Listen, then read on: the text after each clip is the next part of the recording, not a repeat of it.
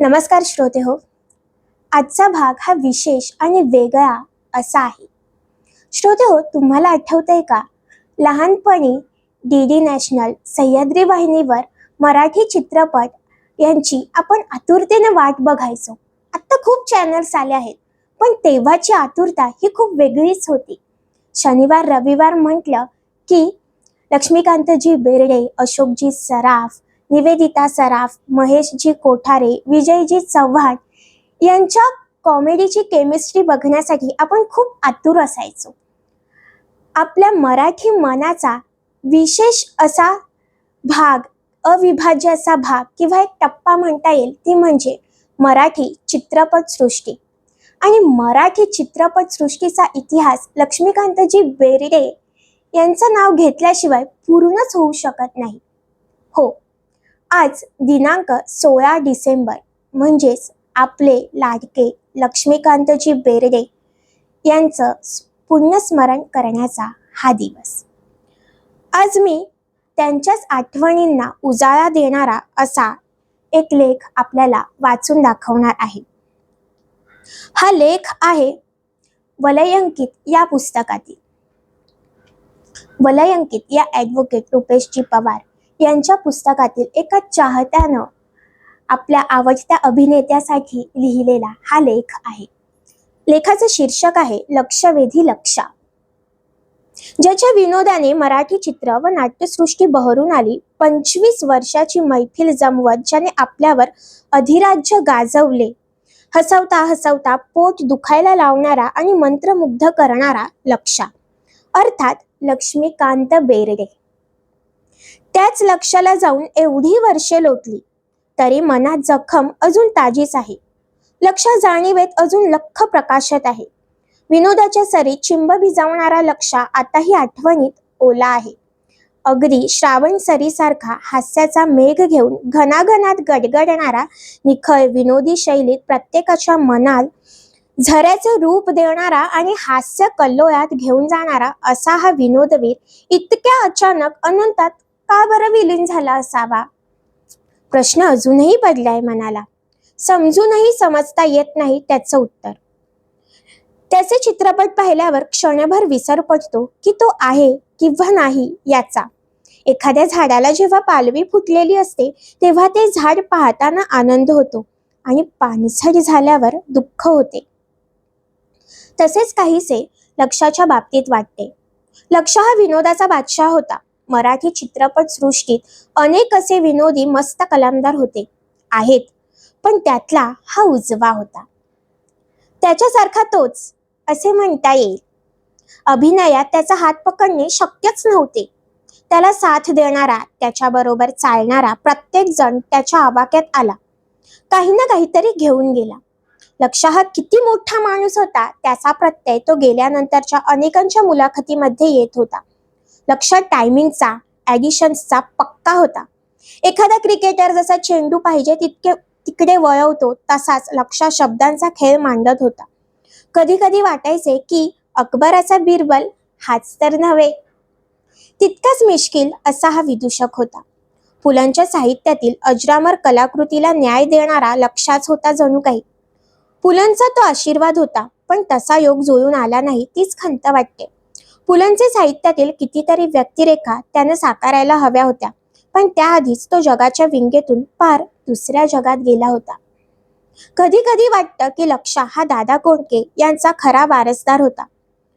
गबाळ्या मिश्किल व्यक्तींचा अभिनय तो त्यांच्या पद्धतीने उतरवत असे.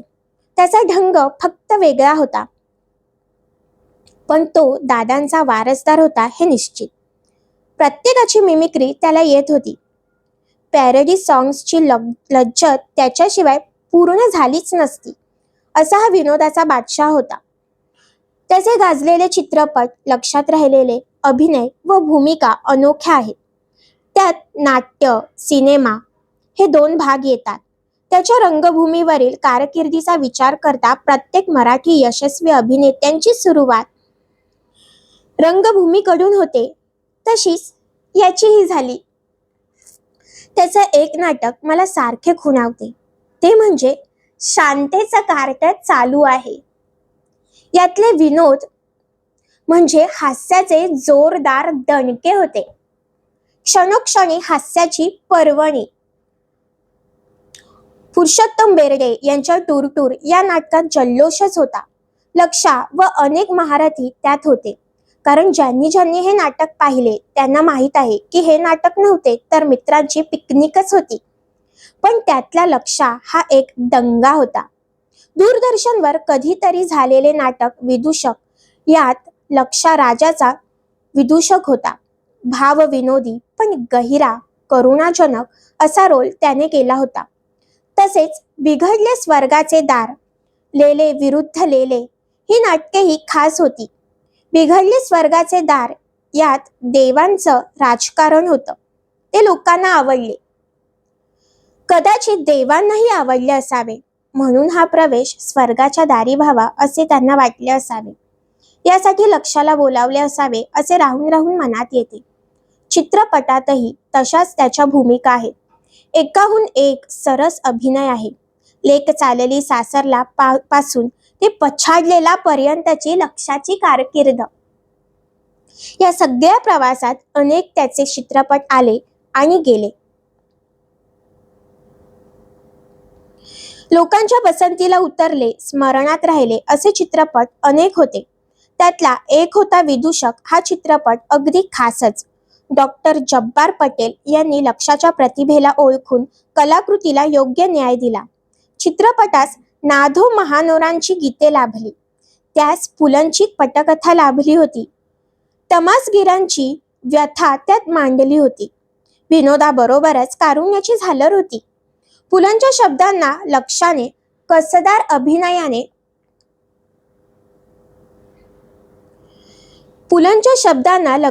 कसदार अभिनयाद्वारे साज चढवला. म्हणून असे वाटते की भाईंच्या साहित्याला तोच गाजवणारा होता. ही त्याची प्रतिभा खूप कमी जणांनी ओळखली. हमाल दे धमाल यात त्याने भूमिकेचे विविध पैलू दाखविणारा जबरदस्त अभिनय केला. तसेच कुलदीप, जिगर, जनता जनार्दन या चित्रपटातून त्याने गंभीर रोल केले. चंबू गबाळे, आम्ही दोघे राजा राणी, कुठे कुठे शोधू तिला, चिकट नवरा यासारखे अनेक चित्रपट निखळ हास्य देऊन गेले. असा वेगवेगळ्या प्रकारचा अभिनय लक्षा करत गेला. तो मित्रांचा मित्र होता. महेश कोठारे, सचिन, अशोक सराफ यांच्या जुगलबंदीत तो अधिकच खुलायचा. महेश बरोबर त्याने वेगवेगळे कॉमेडी मूड केले. धूमधडाकापासून याची सुरुवात झाली. विनोदाला जणू उधाण यायचे. 5 अक्षरांचा हसविणारा आविष्कार निर्माण होत गेला.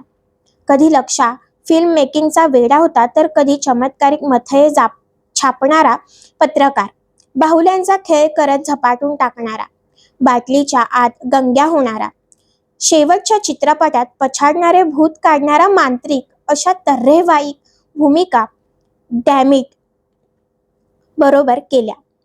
थरथरत्या स्वरात महेश म्हणून मागे लागणारा लक्षा आजही चाहत्यांच्या मनात आहे. अशोक सराफ बरोबरच्या त्याच्या भूमिका खूपच गाजल्या. सचिन तेंडुलकर आणि विनोद कांबळी किंवा सचिन आणि गांगुली यांच्यातील क्रिकेट पार्टनरशिप जशी गाजली तशीच अशोक लक्षाची गाजली.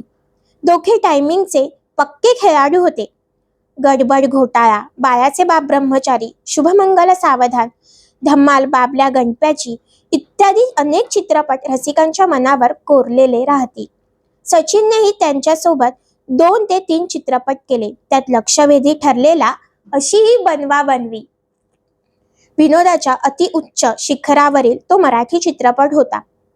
असा हा मराठी चित्रपटाला लक्षा हिंदीतही गेला. तिथेही सर्रास भूमिका त्यानं साकारल्या. जॉनीही थक्क झाला. मित्र बनला, मराठीत आला. असा वेगळा लक्षा जिथे जाईल तिथे छाप पडणारा होता. मैंने प्यार किया, हम आपके है कौन, अनाडी यासारख्या चित्रपटातून तो गाजला. म्हणूनच म्हणावे लागते की त्याच्यासारखा तोच. असा हा हरहुन्नरी अभिनेता. तो जेवढ्या समर्थपणे विनोदी भूमिका करायचा तेवढ्याच ताकदीने रडवू शकायचा. या कृष्णाच्या अनेक गोपगोपिका होत्या. तो सर्वांवर सारखेच प्रेम करीत होता. विनम्र माणूस होता तो. त्याला देणे माहिती होते. या त्याच्या मैत्रीबद्दल समजले तेव्हा अंगावर शहारे आले. माणुसकीची जिव्हाळ्याची नाती कशी असावी याचे हे उदाहरण होते. आहा आहा, असे काय, थांब तुला बघतो, अशा संवादाच्या भाषेत बोलणारा लक्षा रसिकजनांचा गजरा होता. असा कलाकार पुन्हा होणे नाही, मित्रही होणे नाही. सर्वांना तो अजूनही कुठेतरी आहे असे वाटते. या वाटण्यात तो विजयी आहे. तो असता तर अजून काही झाले असते. खूप काम बाकी होते, पण देवाने गडबड केली. स्वर्गाचे दार अवेळी उघडले. त्याची टूर संपली, अगदी कायमची. आत्ताच्या कलाकार भाच्यांना हा मामा शेंडी लावून गेला. लक्षातून जाणार नाही, लक्षातून जाणार नाही. अंतरीचा गुलमोहर फुलल्या विना राहणार नाही, अंतरीचा गुलमोहर फुलल्या विना राहणार नाही. श्रोतेहो, आपण जरी लक्ष्मीकांतजी बेर्डे यांना प्रत्यक्षात भेटलेलो नसतो तरी आपण त्यांचं काम पाहिलेलं आहे आणि आजही त्यांचे चित्रपट, त्यांचं नाव घेतल्यावरती आपल्या चेहऱ्यावर एक स्मित हास्य आल्याशिवाय राहत नाही. असा हा टायमिंगचा बादशाह माझ्यासारख्या अनेक तरुण कलाकारांसाठी नक्कीच आपले हे जी सगळी रत्न आहेत, महेशजी कोठारे, अशोकजी सराफ, लक्ष्मीकांतजी बेर्डे, हे सगळे आपल्यासाठी कायमच आदर्श असे राहणार आहेत. आणि मला माहिती आहे ते आत्ता लक्ष्मीकांतजी बेर्डे आत्ता आपल्या देहरूपाने नसले तरी आपल्या मनावर त्यांचं नाव कायमचं अजरामर असं कोरलं गेलेलं आहे. तर मला हा भाग करताना मला खूप असा आनंदही होतोय आणि थोडंसं दुःखही वाटतंय की आज लक्षा मामा आपल्यामध्ये नाही आहेत, पण हरकत नाही, आपल्या मनात ते कायमच असणार आहेत. तर आजच्या भागाची मी इथेच सांगता करते. धन्यवाद.